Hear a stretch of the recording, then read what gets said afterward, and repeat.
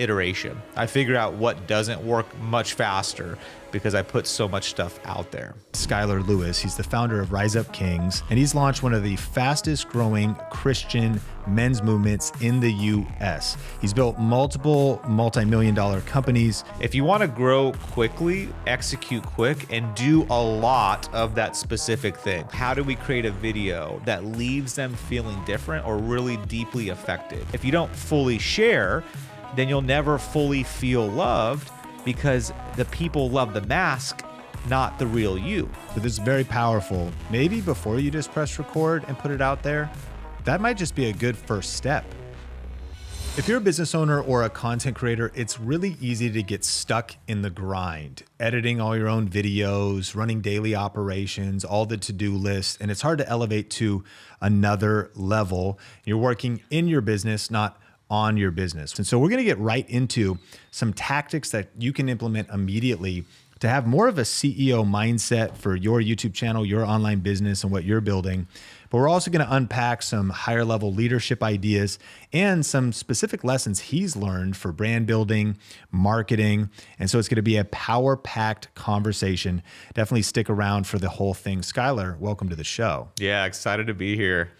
So I want to go 0 to 100 real quick because you wrote the book, The 2-Day CEO. Yep. You know, we have a framework where we talk about from someone just starting as a creator, punching fear in the face, and eventually becoming a creator CEO, that you got to level up, eventually hire or think bigger. You got to have systems.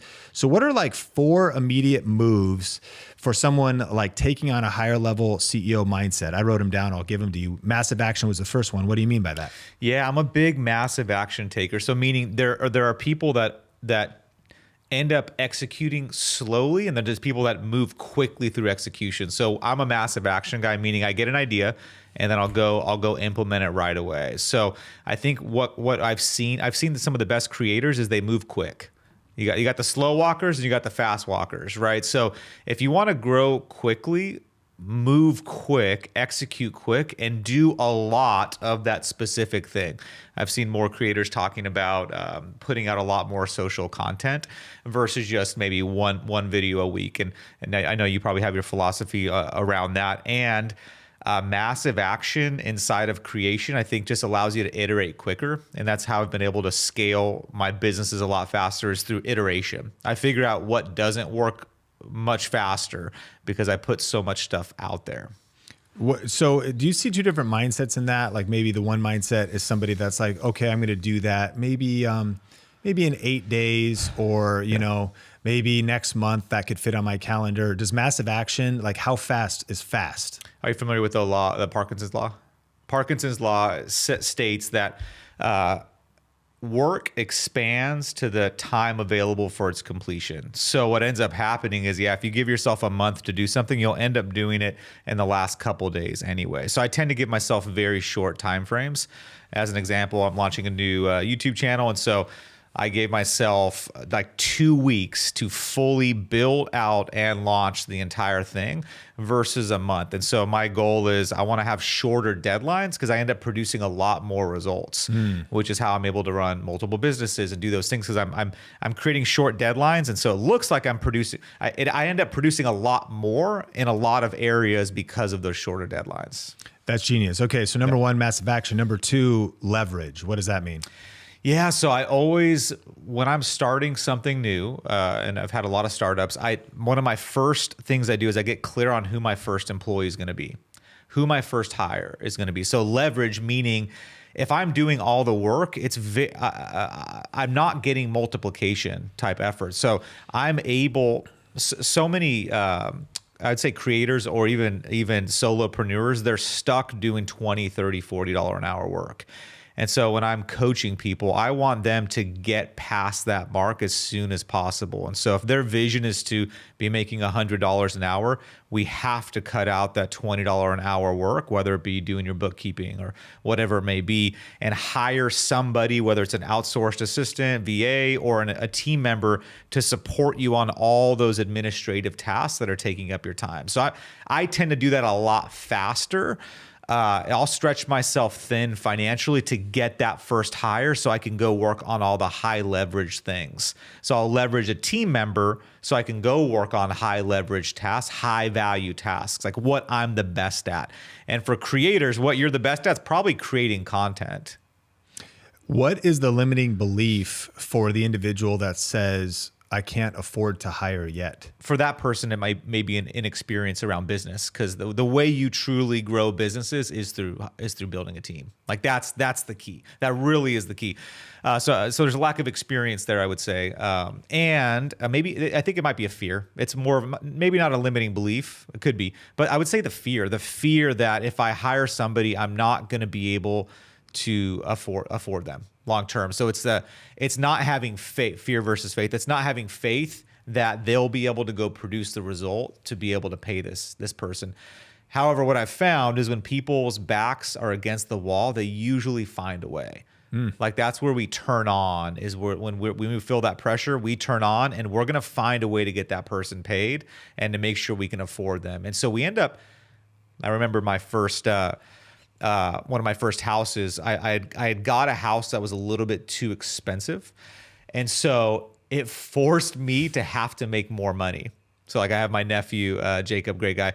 And he, if you're watching this, Jacob, I love you. But like, he's not moving out of the house, his mom's house. And so what I found though, is if he gets his own spot and more expenses, he'll end up making more money. That's usually what happens. But if he purposely keeps all of expenses artificially low, there's not a need to make more money or to build anything big. And so I think it's okay to start to have some expenses, just be thoughtful about it. So number 3 is simplify to scale. What does that mean? Yeah, simplify to scale. So we teach a lot of entrepreneurs how to scale businesses, whether it's a couple $100,000 business or a $50 million business. And so one of those key processes is simplifying the process to be able to scale. So what happens is, there are so many processes that are operating within a business, but most of them are fairly complex, and so they're not easy to duplicate. So what is scaling? Scaling is simplifying something. It's replication, it's duplication. So that's what scaling is duplication. So how do I duplicate more things in my business so that I don't have to be doing all of them? Well, we have to simplify it so a VA or a $20 an hour employee can actually be able to do those things. And so what we've done is we always teach, hey, we got to find that complex process and find a way, whether it's a phone script, like how do we script your conversation that you have with your clients? Script it, and then start to see how you could simplify it so someone else could duplicate it. And that really is scaling. Like McDonald's, they got masterful at finding a way to simplify the process for making a hamburger, making fries. All of their processes are simplified. How they shut down the restaurant, it's a checklist. The lights, turn off the lights, do this, turn off the oven here. Everything's simplified so that a 22-year-old kid could run an entire multi-million-dollar restaurant. So I always ask people, can a 22-year-old run your business? If not, then we got some opportunities to simplify things. Genius. And then the 4th one, before we dive into a little bit of your story and principles you wrote down for building brands, marketing, scaling, social, all that stuff. Excited to talk about that, but this kind of tees it up. The 4th one for a creator to move from just creating but CEO mindset is really mastering marketing. Expound on that. Yeah. So when I started one of my first businesses, I realized that finding a way to get my product out to more people was the number one thing that I needed to learn how to do, or else I wasn't going to be able to get it out there. And so what I did ever since marketing for me as a kid was handing out business cards to go do lawn mowing. Started there. And so that was marketing, door to door marketing. And so I eventually got to a place where we launched a carpet cleaning company. I realized door-to-door flyers worked. I did that there when I was real young. But I realized that internet marketing was a way to scale. And so I wanted to scale marketing. And so I went and spent a couple months hours each day learning how to do SEO and marketing, and got so good at SEO that we Google SEO, the organic SEO, that we eventually blew up a carpet cleaning company, and we're the largest in the entire town when I was like 23 years old. But that one skill of learning marketing, I just dedicated time. I would wake up at 5 a.m. every single day and spend 2 hours like studying it and practicing it. So I believe that if anybody really desires to grow a business, what's great now is I can go into almost any business and scale it. Like, because I understand the core concepts of marketing. And so I think it's one of the best skills a human being can learn is how to market something. That's powerful. I think actually it's one of the missing skills for a lot of content creators. Now, you would assume that in a way social media is marketing, but they really are two different things in a sense. There's overlap on social. If you're good at content, you're good at storytelling, you're good at hooking, but marketing principles, whether that's persuasion, whether it's classic books like the 21 Immutable Laws of Marketing, the book Positioning, the concept of how marketing and branding work together. It is kind of a different thing that every single person listening to this, business owner or content creator, should lean in and really invest some time into. I think it's good because as you're building content, you'll be much more thoughtful with how you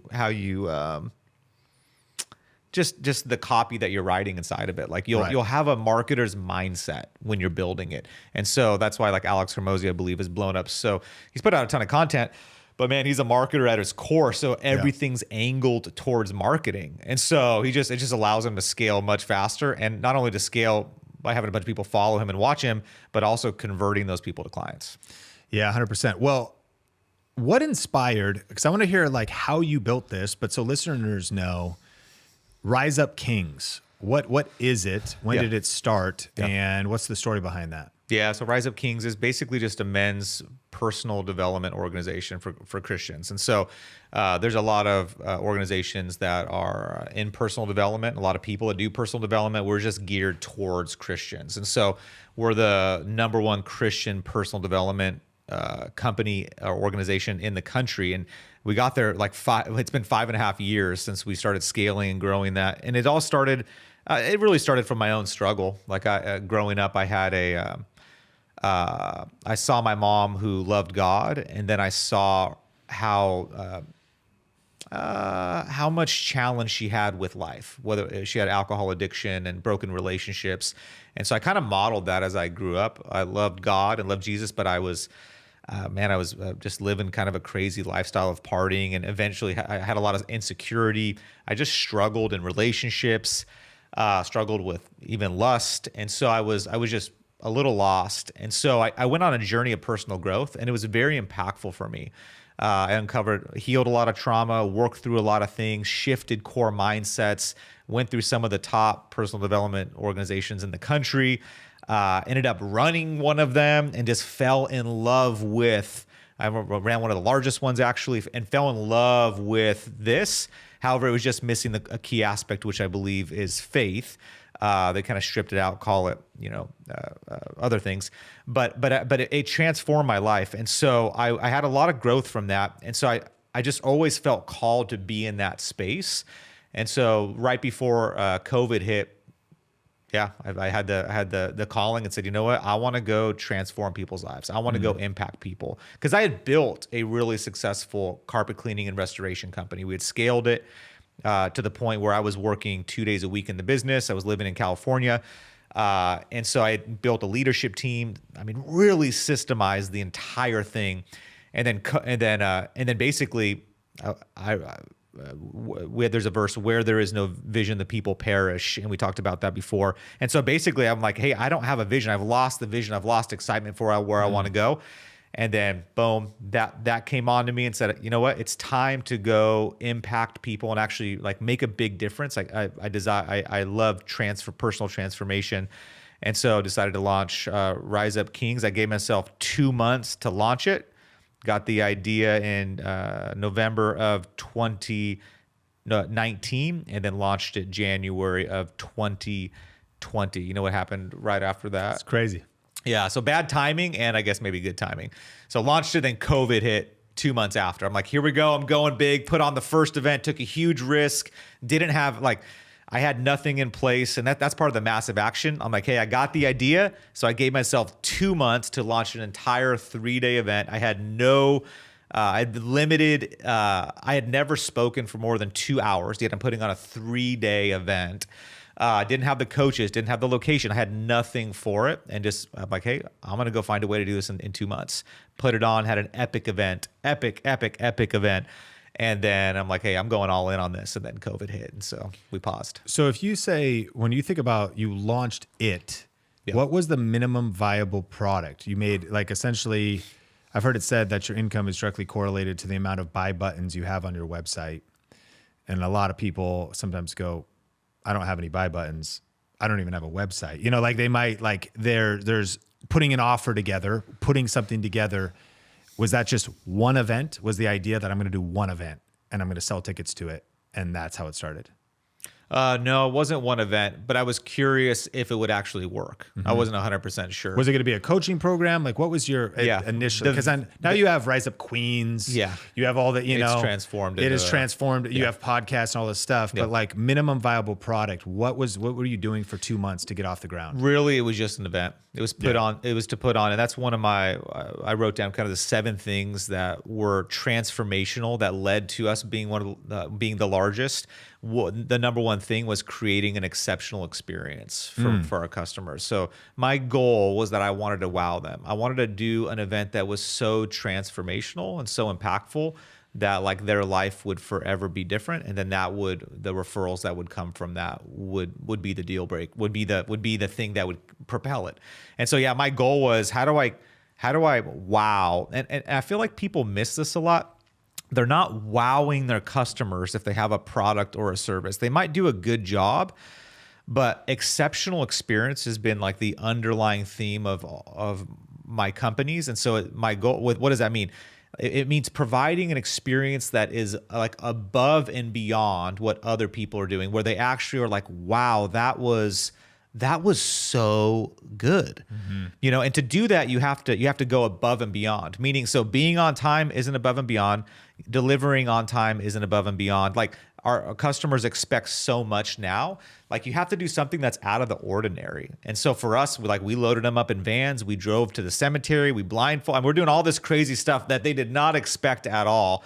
We're driving them all around Southern California. What'd you do at the cemetery? No. We have a really cool experience we do at the cemetery. We still do it actually, even though we're almost 100 events in. Just on the men's side. So so what I would have people question is, hey, what could I do that would wow my customer? Is it sent, like we sent them all boxes before, we send boxes before the event. We send packages before they come. We send during the event, we have like the best swag we could possibly find. We give everybody energy drinks and bars. I'm thinking like at every single touch point, how do we wow them during this experience? And literally people are like, hey, this is the most incredible experience I've ever done in my life and the most impactful besides having a kid. And so I would just say, I don't know what that looks like for people listening to this, but how do you create an exceptional experience for people that where you will be on their mind afterwards? Are you ready to start your YouTube channel, but you don't know where to begin? Or have you been posting videos, but you're frustrated because you're just not getting the views and nobody is seeing them? For a limited time, you can get the #1 best-selling YouTube strategy book, YouTube Secrets, for free at ytsecrets.com. This book is the proven blueprint that has helped thousands of people go from 0 subscribers to a thriving channel. All I ask is that you pay shipping, and then I will mail you the brand new updated 2nd edition of YouTube Secrets. And when you place your order today, there's a couple other super cool things that'll hook you up with. First, you're gonna get instant access to a free deep dive masterclass where I will break down the exact strategy I'm currently using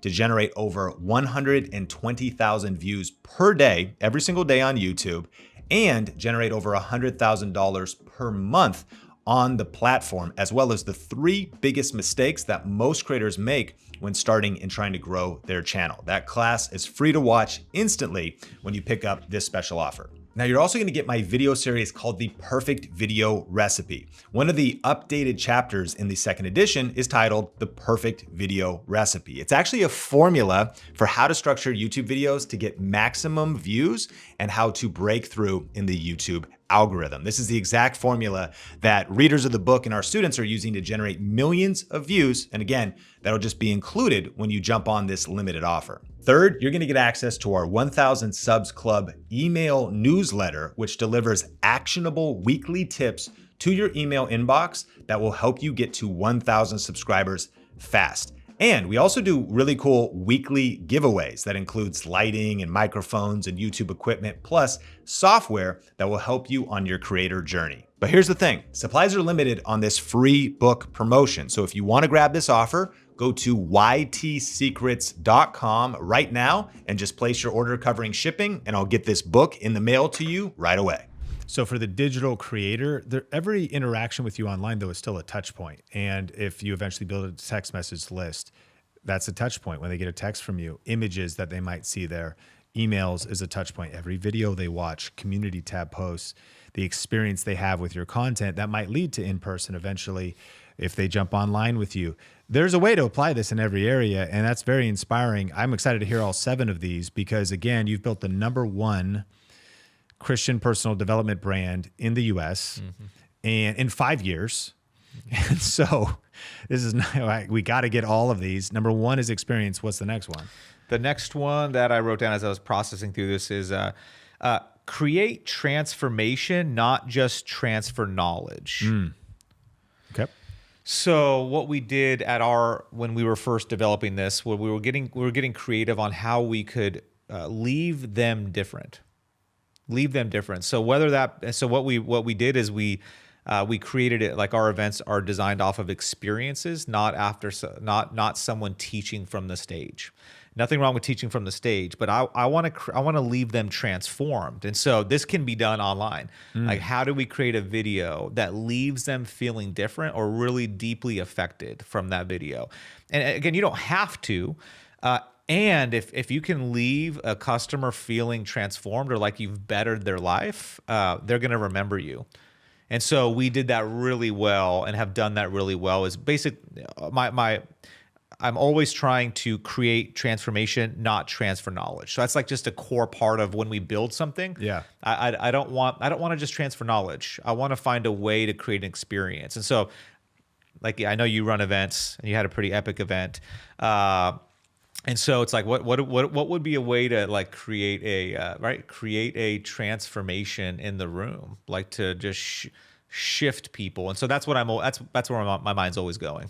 Yeah, I think about people, if we just sit in chairs and we stare at a speaker, in some workshop environments, you break people into teams. You've got maybe little paper whiteboards everywhere, some colored pens, and you start brainstorming, you start dreaming. If I get on your social media, there's a circle of guys and there's almost like a coach in the middle yelling at them. Yeah. What are some of the things you do? Yeah. So, okay, one of those things that we do, we go to the cemetery and they write their eulogy. So they write they write their eulogy on, and they share it with the entire group. And so it's a very powerful experience that emotionally touches them and gives them a new vision for their future. And so that's a powerful experience that we do. Another one is we have a mud pit. And so the guys get in there in the mud pit. Everything that we do represents something. So the mud pit is representing the struggle that they're going through in their life as they're crawling through it, and like how they're going to push through that when they get back. And so there's these different metaphors, and we have over 12 different like really powerful experiences through the entire event that all have metaphors. And my goal is each one slowly or dramatically at a soul level either heals them, shifts them into a new level of hope, builds their character, builds their strength. It's in some form or fashion, it's transformed. And then we have another event where they're looking into each other's eyes, and after the event, there's a level of affirmation that happens. And so what I found is most men, they haven't had another man look at them in the eyes and affirm them. And so these guys have seen each other go through a really difficult 3 days. And so there's a level of really powerful affirmation that happens, and it's almost a spiritual level, like eye to eye when you're seeing another human being. There's just something special about it, and so that leaves a mark on them. So A lot. We have a ton. I don't usually give them all away, but that was a couple of the ones that we do to just make an impact. And a simple one, for anybody that ever desires to run events, there may be people on this listening to this. They're like, hey, I'd love to. I want to build this up so I can maybe go put on an event someday. Simple ways are gathering people into small groups and then having discussions or having them like creating some discussion. It brings the energy up in the room and is really, it's very impactful when you get other people sharing. But I would guide the discussions with guided questions, not just, hey, what are your takeaways, but actually have some guided specific questions that they all answer in a group setting. Turn it into a little bit more of a workshop feel if possible. That's powerful. And I do think this, you got to get creative, but this stuff needs to happen in the creator economy. That's why we do challenges and we have people taking action at home. And the power of a challenge is people could be in a group and doing action at home and maybe sharing it on social media. Yep. It's an activation at a higher level than just taking notes. And so number 1's experience. Number 2 is transformation. What's number 3? Number 3 is double down on marketing. We talked about marketing earlier, but what I teach is once you find a vein that actually works marketing wise, like go double down on it. A lot of people diversify too early. That's why I think it's important. Like even just picking a specific platform and going all out on that platform. And so what we've done, like what I did with Superior Restoration, our carpet cleaning restoration company, is once I figured out that Google worked well, I tripled down, quadrupled down on it, meaning I continued. I started out with a small budget of marketing, and if I found out that it could generate leads at the right cost per acquisition, then I added more and more. I maxed it out to where we weren't able to spend any more money on it. So I think people diversify too soon. Like if a channel's working, go all out on it. Totally. And then start diversifying. So marketing is just so I think for anybody that's looking to build a brand, getting clear on what that channel is going to be. Yeah, I think people split their focus way too soon when it comes to thinking that marketing is being on every platform. Yeah. I need to have my Facebook page. I need to have my Instagram. Any platform is a full-time job. And most people don't even have full-time hours to invest in one platform, let alone spread themselves across a lot of them. I mean, the highest level content creators right now have dedicated individuals for each platform. So it just reveals how deep you could go. Like to maximize YouTube or maximize Instagram, it could even be multiple staff, ultimately. There's opportunity for the person that's just starting. It is fascinating you're saying that. I was curious. So when you said Google, did you eventually you're doing paid ads on Google and then tripling down on that for the carpet cleaning business? Yeah. We were spending about, significant. We were generating about almost $4 million a year in revenue from just the Google ads. That's incredible. And then, what marketing channels worked for growing the Rise Up Kings brand? Yeah, so we started out with that first event, and it was super impactful. So we started to get, by the way, it was funny. Sometimes when you're launching something new, you don't know exactly how it's going to work out. So the buddy that I had that I was like, dude, this guy's a no-brainer. He's a shoe-in. He's going to be like totally in for this event. Call him up. He's like, yeah, I'll do it. So time comes around. I'm like, hey, it's going to be $500. He's like, oh, man, I'll get back to you on that. I'm like, dude, I thought you said you were in. I'm like, come on, man. And so I struggled. Like I literally we had 11 people that first event. I got them all in within the last 2.5 weeks of the deal. So sometimes getting something off the ground is a grind and is I had to put in a ton of work to get this first event going. But once I did, I was looking for what avenue I would grow it. So what I ended up doing, which was interesting, was, and this is one of my other points, which is be real. I ended up just sharing real on social media. So I went on Facebook and Instagram and I shared my story with my challenge with pornography, my challenge with that I had growing up. And I got super real in a post, and it ended up having a huge a ton of people ended up sharing it, following me, and it didn't go viral, but it was significant. Yeah. So I realized that resonated with people. There's a lot of fakeness and facades on social media. So I started to just put out a lot of real content on Facebook, and I was just incredibly real. Talked about real topics, didn't avoid the hard conversations, and that ended up like bringing the right people to me. And so being real, if you have and that could look like, that's different for everybody, but that's what worked for us was, if we were struggling with something, we would just share it, and people appreciated the realness. I want to go back because you said something that was pretty profound. When I'm originally hearing the story, you launched your first event right before COVID, so the beginning of 2020. And in my mind, I was like, and you just showed up and you just crushed it, and 10,000 people were there. But what you just said is you had 11. You had 11 people at the first event. Yes, that's an important part of the story. It is an important part. Yeah. Do not despise small beginnings. I think a lot of people, they think, oh man, if I was to launch my own event, and I've been to others, I could never do that because how am I going to get 500 people in a room? You had 11 people at your first event. Yeah. There's somebody listening to this like, wait a minute, like I can step out and try that, like for sure. So what are your thoughts about that? As far as how many people come to the events now? We have usually almost about 1,000 people a year. So they're smaller, more intimate events. They're about 30 to. We have an event running right now, actually, at our headquarters in Dallas. We have 62 people to that at that event. So a little bit more intimate events, more high ticket, high priced events. But that first one, I would have been happy with 5. And so when I launch something new, this is my style, is I start small. Like when I launched the carpet cleaning company, I went door to door and passed out flyers. Like I like to start small and build up from that. That's why I love even social being an influencer for those that desire. Like it's going to be the hockey stick growth that you're looking for, but it could be a small amount of, right? You might have 100 subscribers, over a period of time, but it's it's just still putting in the work and building a subscriber by subscriber until eventually you build the momentum. So that's how I've built all my companies. So I'm not the startup guy that gets millions of dollars invested. It's always bootstrapped and scaled. And we've built multiple $10 million companies in like 4 years, just always bootstrapping it. So for those people that don't think they have the resources, you can totally scale companies all day long. But it does require massive action, meaning I was passing out door-to-door flyers 8 hours a day to get it going. So it's like I will massive action at a small level to get this thing moving.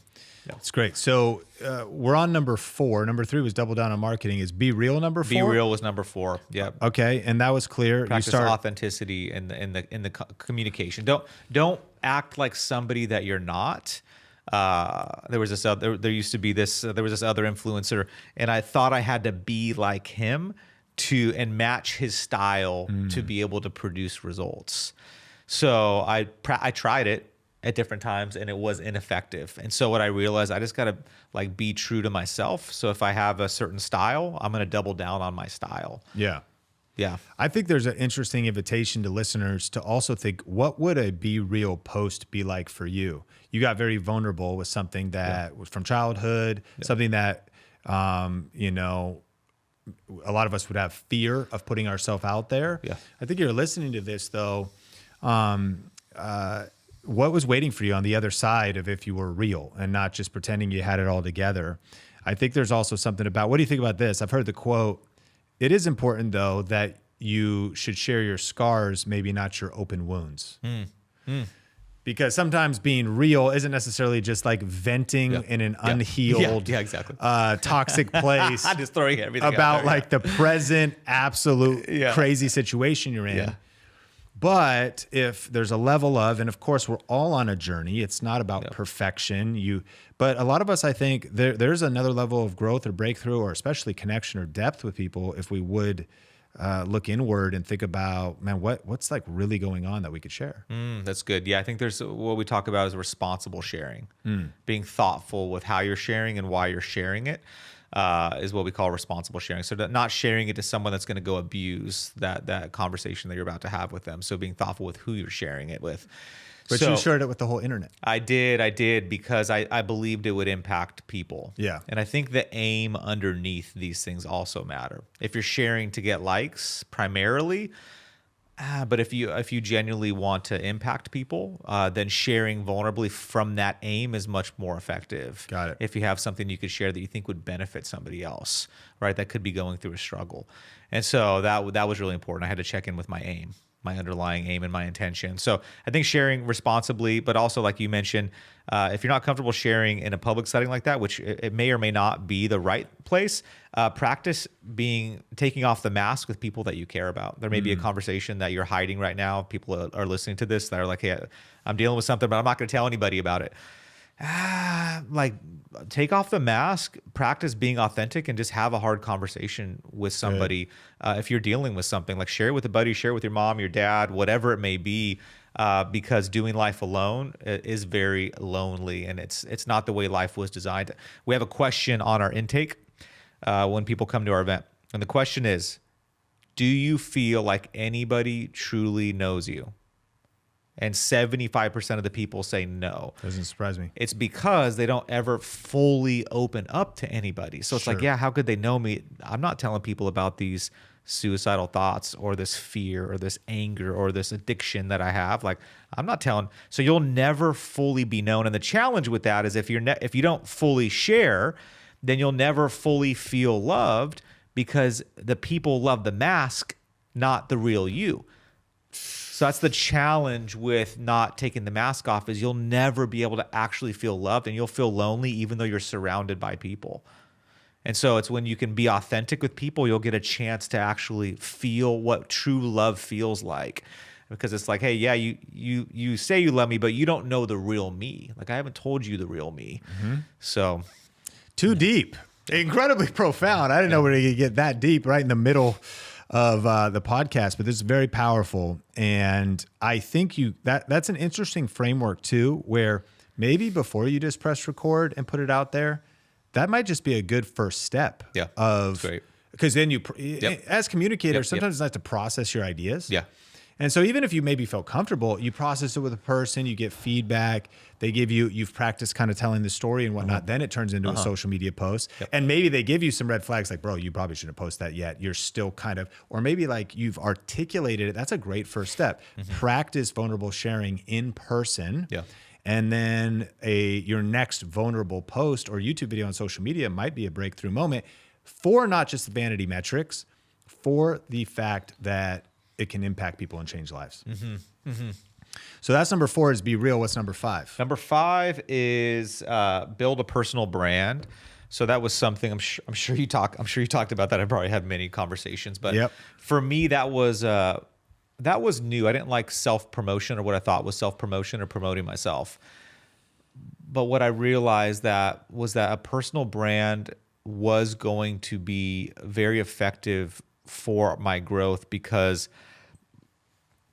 what I've realized more and more is a personal brand has the ability to has the longest lasting effects. So if I'm going to build any kind of company, and so what I've realized is as I build an organization, I can build the organization's brand, yes.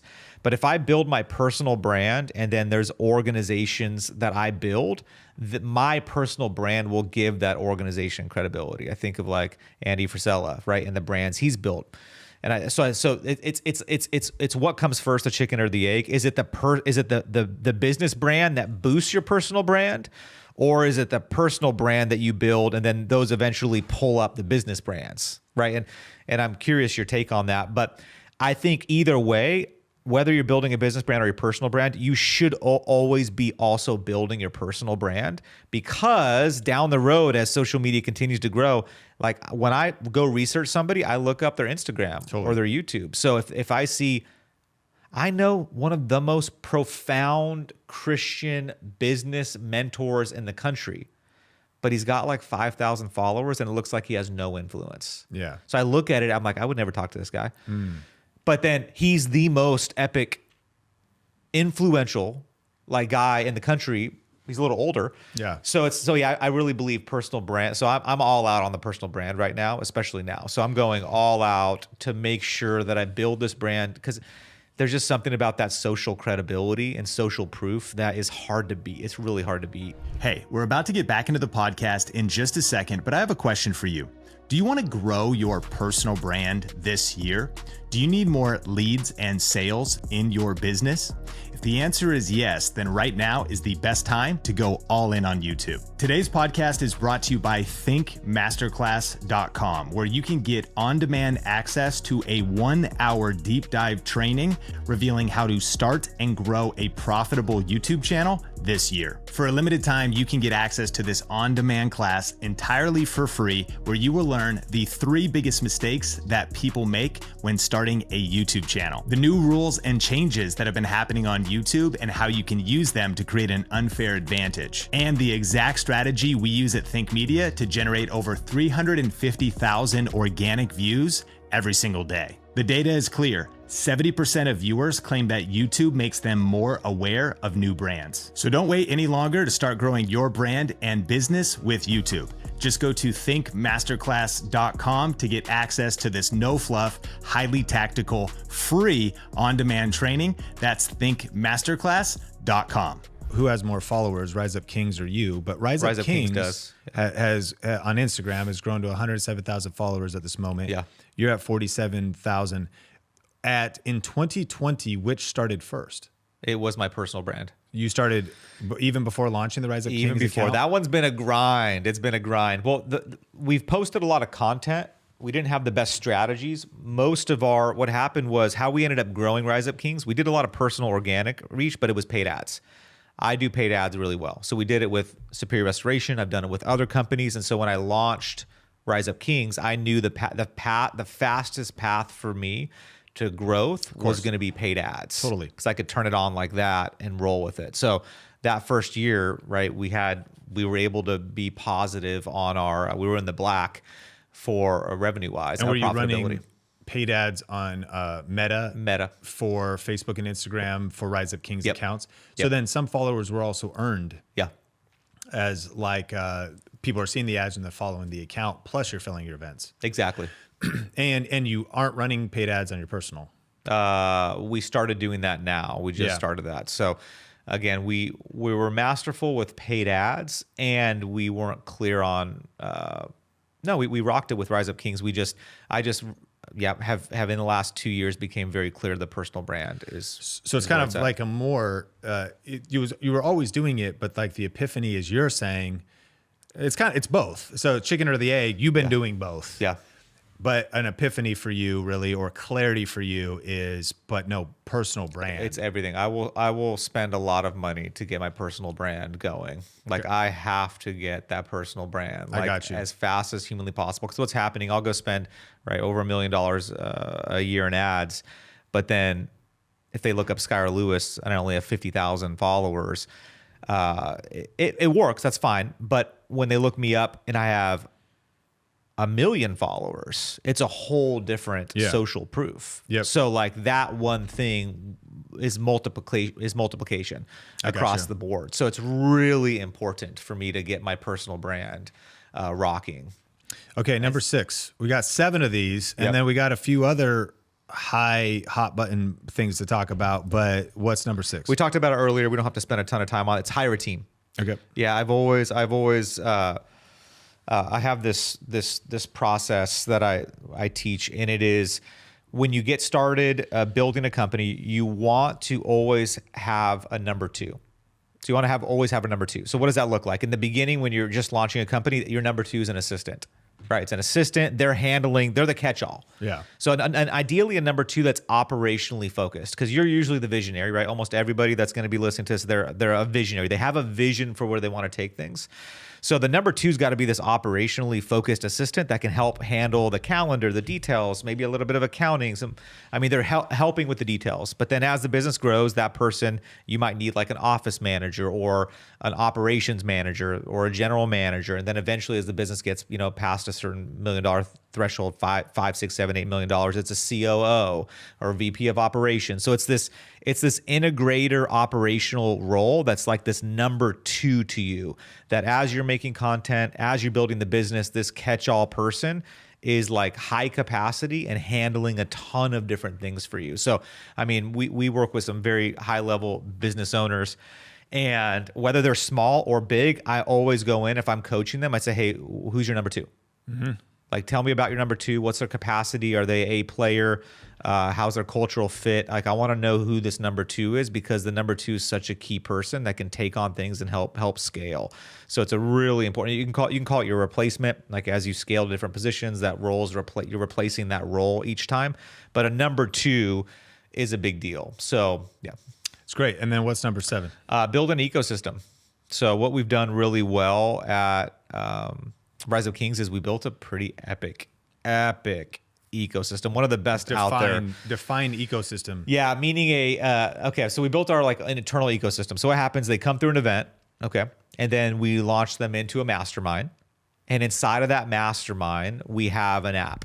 And inside of that app, we have a whole chat community built in, this custom app that we built. So they're all communicating within this chat system. So it's our own proprietary process versus them being like in a Facebook group. We have all of our videos inside this app. We have a map that shows where everyone's at.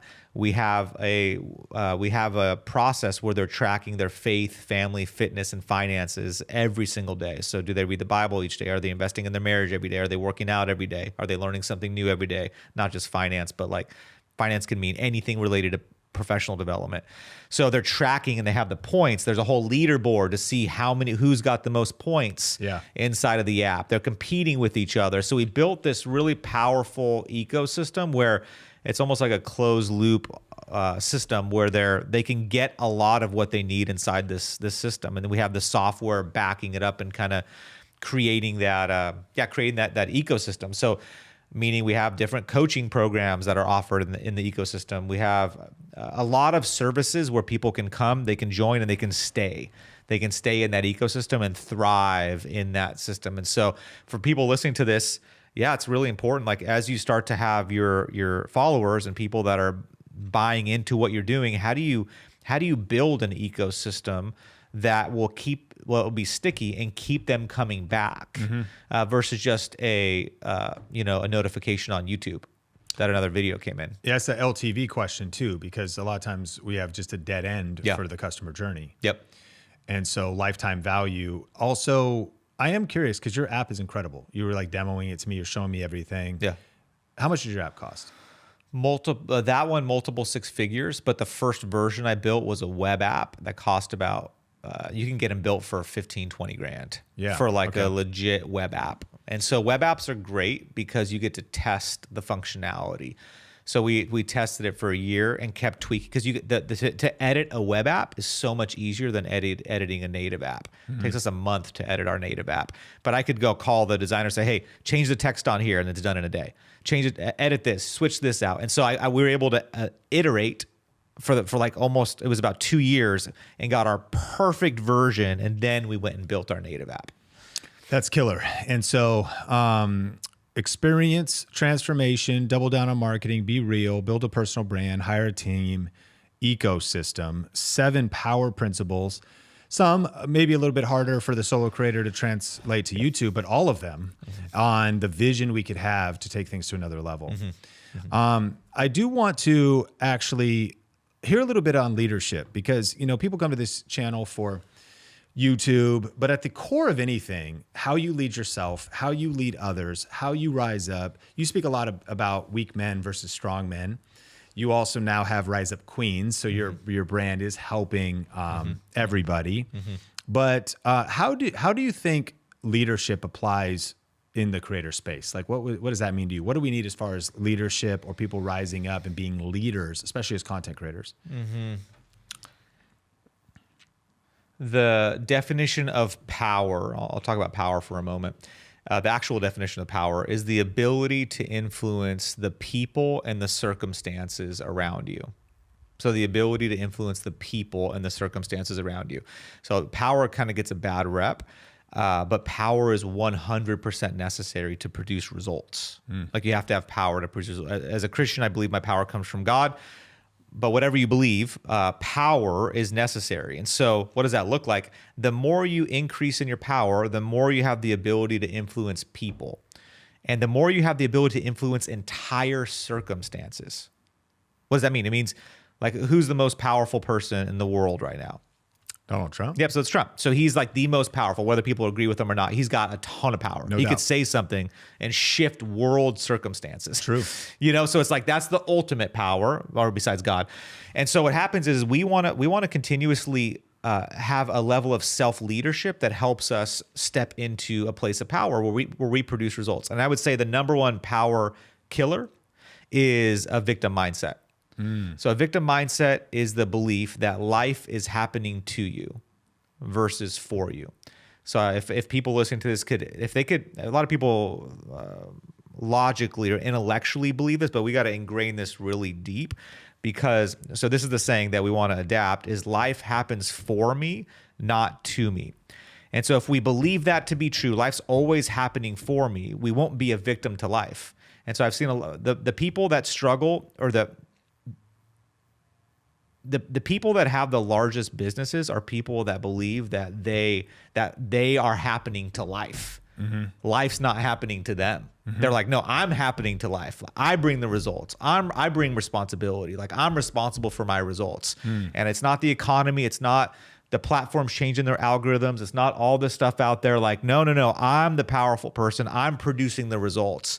And so I think that level of self-leadership, of not being a victim to life, so victimhood zaps, it totally zaps people's power. And so what's the antidote to victimhood is responsibility. It's when you realize you have responsibility for your results and you actually have the power to change those results. So a couple things around leadership, and again, leading well. I say the number one thing you can do to lead well is lead yourself well. What does that mean? Follow your word. So if you commit to something, like follow through with it. I'd say the greatest thing that could hurt somebody's self-esteem. So what is self-esteem? It's how you esteem yourself. So it's how you esteem yourself. So do you look up to yourself, or do you internally, that you break your word to yourself? And so the more you can keep your word, it builds self-confidence, which will show up in the way that you lead people. So those two things. And the third thing I would probably say is your aim and why you would want to be a great leader. Are you a inward focused leader or an outward focused leader? Can people tell that you are about yourself, or can they tell that you have a genuine care for other people? And that's how I've been able to build some like world-class teams. Like my team at Ruck, I mean, we have ex-NFL players, Green Berets, Special Forces guys. Like we have some of the most world-class people. I don't know, still don't know how we got them. The most world-class coaches and people. Epic team. And I wonder, like, how did I do that? And how did God do that? They know that I care about them. They know that like I'm in it for them. And when people can sniff that you're more in it for the money or in it for the results or the fame, then they're going to push back, and they're not going to have a level of loyalty towards you. And that's the way I ran my first business, by the way. Our turnover was ridiculously high in the restoration company. It's probably like 50% turnover. Yeah.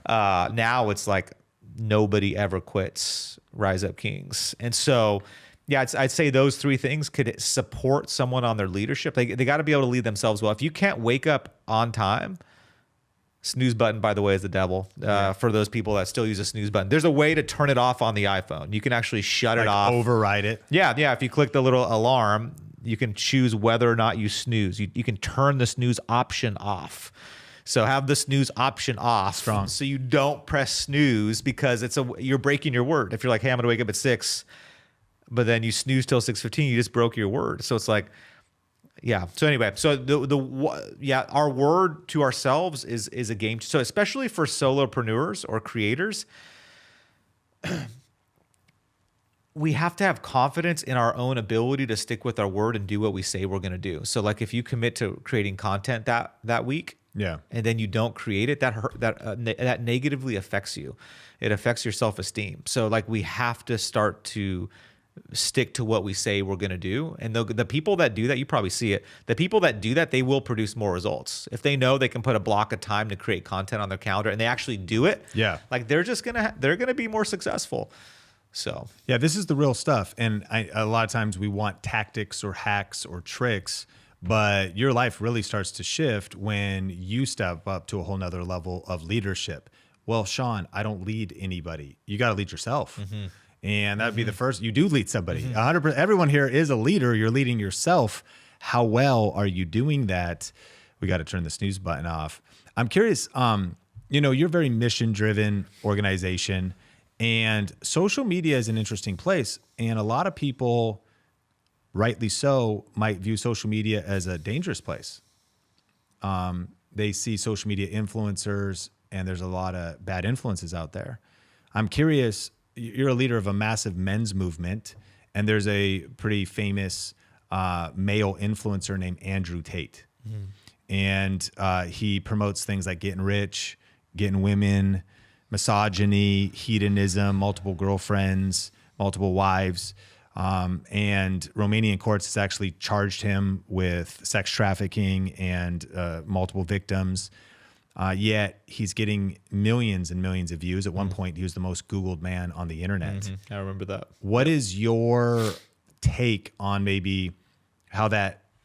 How do you feel about that as a leader of Rise Up Kings and of those that want to build platforms? But he's got, I'd say, a lot of power, and he's clearly a leader. What's your take? Yeah, he's definitely leading people the wrong way. And so the definition, so masculinity, what is masculinity? Masculinity was created by God. And so masculinity is a good thing. And so when we get the definition of masculinity wrong, his definition is power. Masculinity is how much power you have over other people. And that is absolutely very dangerous. And so like his version. You started with power though too. So are we Yep. talking about two different forms of power? No, power in essence, I believe it has the same vein, is in the same vein. Okay. So power in essence is the same, but how that power is used, the aim for that power is different. So when we believe, like I believe my power comes from God, I'm connected to God, like biblically, that's what it says. So that power is to be used to positively influence and help people. So he believes that power, your power is in direct. So his aim is to gain as much power as he possibly can. I don't think our aim should be that. I think our aim should be focused on developing power, but not. Let me reframe this. This is really good, actually. So I haven't compared power to Andrew Tate. So this is where power gets a bad rap. This is so good. This is good. Let's sit here for just a quick minute. Yeah. So let me process this. So power, when used properly, is a good thing. Mother Teresa had power. Very, very, very powerful woman. Like huge impact. Yes. Andrew Tate has power. Yep. Right. So the aim of the power makes all the difference. The aim, the underlying aim. So if you get somebody that has a self-focused aim, right? You talked about hedonism. If they get a self-focused aim, that power will produce chaos in this world. And so the sad part is a lot of men started following him, a lot of young guys. A ton of young guys. And they thought that their value was directly related to how physically fit they were, how many girls they could have and get and have sex with, and how much money they have. That's where they believe they got their value. And so it's a miss. It's a major miss, because that's not where I believe we get our value from, are those three things. It's not from those. So yeah. So how do you reconcile that? Because it's a nice tension, because you teach fitness, Yep. and finances, Finance too. Yep. and family. A little bit that's different on that one, and then faith is going to be a little bit different. But like, there's a lot of overlap. So I would say the ordering. Okay. So the ordering makes all the difference. So we teach something called faith, family, fitness, finance, the 4 pillars. Yeah. So when those are misordered and out of order, that's when chaos happens. It's good. So like God's a God of order, and so he's got those flipped around, where finance or money or power, right, is at the top. Yeah, and that is at the top, and God is down at the bottom. Family is down below there, like the family unit. Yep. And so he's got those flipped. So I believe where we can build a healthy culture and a healthy country is where those 4 things are properly ordered, where people they live by godly values. For people listening to this, whatever that may be for them, but they live by godly values. Yeah. They live by values that are higher than themselves. Yeah. Right. They're beholden to a higher value system, but then where family and people and relationships are number 2. Yeah. Or that's the most important thing. And then our fitness and our health is number 3, and finances and wealth and power, like that, those are always below that. And so what happens is when men start to put their financial gain above their wife, that's when we see serious problems. When they put their financial gain, I look at it as this way. You have a rubber ball and a glass ball. So the rubber ball is business. And what happens when you drop a rubber ball? It bounces. So what does that mean? That business, you can always go back and pick up that ball and get back to work. You neglect your family or your kids for too long because you're working, and you take your focus off them for too long, that ball drops. That thing can shatter, and there can be irreparable damage to the relationship you have with your kids. So it's important that family is never sacrificed in the pursuit of wealth. Now, you can grind it out, and there's going to be seasons where you're out of balance. Yep. Right? There's going to be seasons where it's like, no, it's grind time right now. Totally. I got to build the momentum up. But then we got to always make sure we have a lot of intentionality. Yeah, proper order is really clear. Going a little bit deeper on that, one of the most kind of critiqued extremes that people have is this idea of hustle culture. Gary Vaynerchuk went through a massive media storm. Early on, he's talking about working 12 to 18 hours a day, and lots of articles eventually started being written about it. And he kind of balanced his view since then. And so for the entrepreneur, high performance driven individual, you do think about, okay, there's this hustle culture thing, but then it seems like there's a pendulum swing in culture where then you might go to the other side where it could be like laziness or apathy, and you do got to hustle. Like you absolutely have to hustle if you're going to build a business. Even if you're going to build a family, you got to hustle. You're going to be a parent, you got to hustle. Yeah. And so how do you reconcile, maybe hustle culture versus ambition or godly ambition and the tension of these things?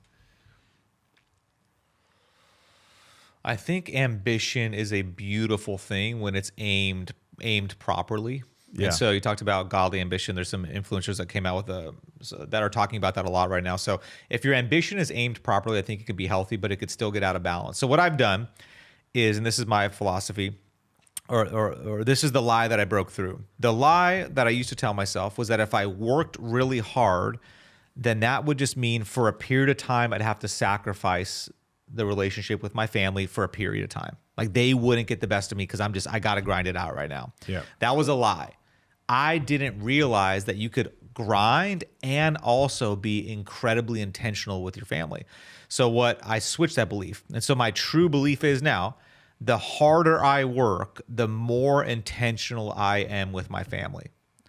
And so it's ingrained. So now as I increase in hours, man, I wake up earlier. I write love notes. I'm getting flowers. Like my intentionality goes through the roof. Yeah. Like every moment I'm with my kids, I'm like way more present now. So they're getting a much better version of me. Yeah. When I'm grinding hard. And so like that's my belief. So I do, so that's really important. Don't people give themselves an out when they think like, oh no, I'm just grinding right now. Cool. Invest better with your family. Like do a better job now. Yeah. Like be way more present. And I do believe, like, it would be nice to say like, oh yeah, business is easy to create success around with just average work. No, sometimes you gotta like wake up early at 5 o'clock and go study and go learn and go master a skill set and like grind it out. So I do believe in the grind phase, but I also believe in the recharge phase. So how you recharge is really important, or you'll burn out. Yeah. So how I recharge is my morning routine is like everything. Super important. I wake up about 5 o'clock. I read the Bible, 15 to 30 minutes. I go work out for 45 minutes. I review my goals. I look at my day, my calendar. I learn something new. I have this basically 2-hour period where it's all me. 5 to 7. Yep. Yeah. And I get fully filled up. And man, I'm like, I can go work as much as I need if I get that 2 hours. Yeah. I'm like that literally refills my entire cup. But if I miss that morning routine, if I wake up late, You do it 7 days a week? I do that 7 days a week. Yeah. I love it. Dude, I absolutely love it. It's my favorite time, honestly. I wish, I just love, like even the gym. I do work out sometimes with people, but for the gym, that's my time with God. I work out, I put some music on. I just fully recharge in the morning that way. It's great. So we got to have a refuel process if we are going to grind. Yep. As we kind of do a rapid fire closer, what would you say is the biggest leadership lesson you've learned?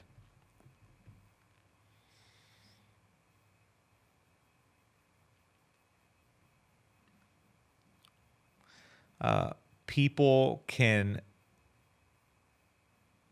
sniff out inauthenticity. So I've had to learn. I used to try to pretend that I cared about my employees, and they could tell. And so it took me a lot of refining to where I got to the place where I didn't see them as tools. So some owners see their team members as tools. And what is a tool? A tool is something that you use to get what you need done. That's a tool. Yeah. Nothing wrong with a tool, right? A tool is just something you use to get something done. But if you see your employees as tools, they can tell and they'll get that vibe. And it's just it's a poor way to build a great culture. And so my primary aim in business has been building a world-class like culture where people really love working there. And so for that to happen, I had to shift my view from seeing them as tools. I didn't even realize I was, but I did. I saw them as like a resource to get something done. Yeah. And so I had to shift to seeing them as human beings that need to be cared for and loved and that have feelings and that I really got to spend time with. So you seem like a very loving, authentic, genuine guy. But in the beginning, man, I was a little bit more, what do you call it? Not resourceful, but I was just focused on getting results. I was really results focused. And so sometimes people, but I would pretend like I really cared about them. Sure. I would do cool stuff. I'd buy snacks. I do all kinds of cool stuff for them. But underneath the surface, I still just kind of saw them as a resource. And so I had to do a lot of deep work around that. And finish this. The creator who wins in 2026 will. Specifically for people that want to create content, the creator who wins in 2026 will. Strategically put out consistent content. That's my main aim right now, is dedicating time blocks during my week where I am thinking through the content I want to create and just sitting down and recording it and being consistent with it. Now, will I execute at that at the level I want? I don't know. We'll see. I hope I will. But I believe if I do that, if I have consistent strategic content that's being put out and I follow my time block on my calendar, I believe over a period of time that will produce results. And so that is my belief. I could be off. You're the expert. At content creation, man. So no, and you're exactly right. And I think people could underestimate the word strategic. Like that conversation could be a 5-day workshop. Like there's what it really means to actually be strategic and not random. To be strategic and intentional with your content. Intentional, because I experience you as a very intentional guy. Like from my experience, you're very intentional, very thoughtful. So I think where people miss it with content is they're not intentional. They kind of just throw stuff out there. Sure. But if they just sat and thought and used their brain for like an hour, even 30 minutes, if they just thought about it and brainstorm and wrote out ideas and hooks and just thought about it, their content would be so much better. So I want to ask you one final question in a second, but if people want to check your stuff out, we'll link it in the show notes. People want to follow you. What do you want to promote? Let people know about if they want to go deeper with you. Yeah, great. You can follow me at just Skylar, Skylar Lewis, Lewis on Instagram, primarily. And so if they want to check out Rise Up Kings, it's riseupkings.com is where you can roll, or you can find us on Instagram also. So that's it basically is for anybody that's looking to level up as a leader and want a deep transformation to happen, a spiritual or soul level transformation. Our events are world-class 3-day events. So this is incredible. And final question for you. What is your definition of success?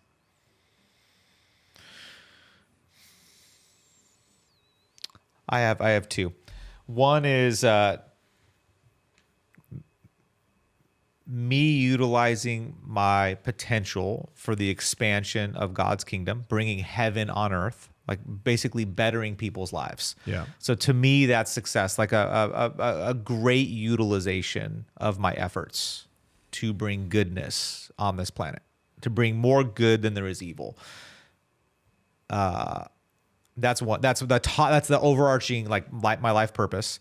And then underneath that is to just enjoy to love people well, and those people around me. So a good father, good husband, good boss, and a good man in the community. To me, like loving people well. If I leave the earth and I did that, whatever amount of money that I had, and I just loved people well, and they experienced me as a guy that took care of them and loved them, that to me, I would feel very good, very, very good about that. Beautiful. Skylar, grateful for you. Thanks for adding so much value today. And Think Media Podcast, deep episode. So definitely subscribe, like, comment wherever you watch or listen, and maybe share this one with somebody in your world. We talked about a lot of topics. Maybe there's somebody you know, business owner, content creator that would get value from this. Until next time, my name is Sean Cannell, your guide to building a profitable YouTube channel, and I can't wait to connect with you in a future episode.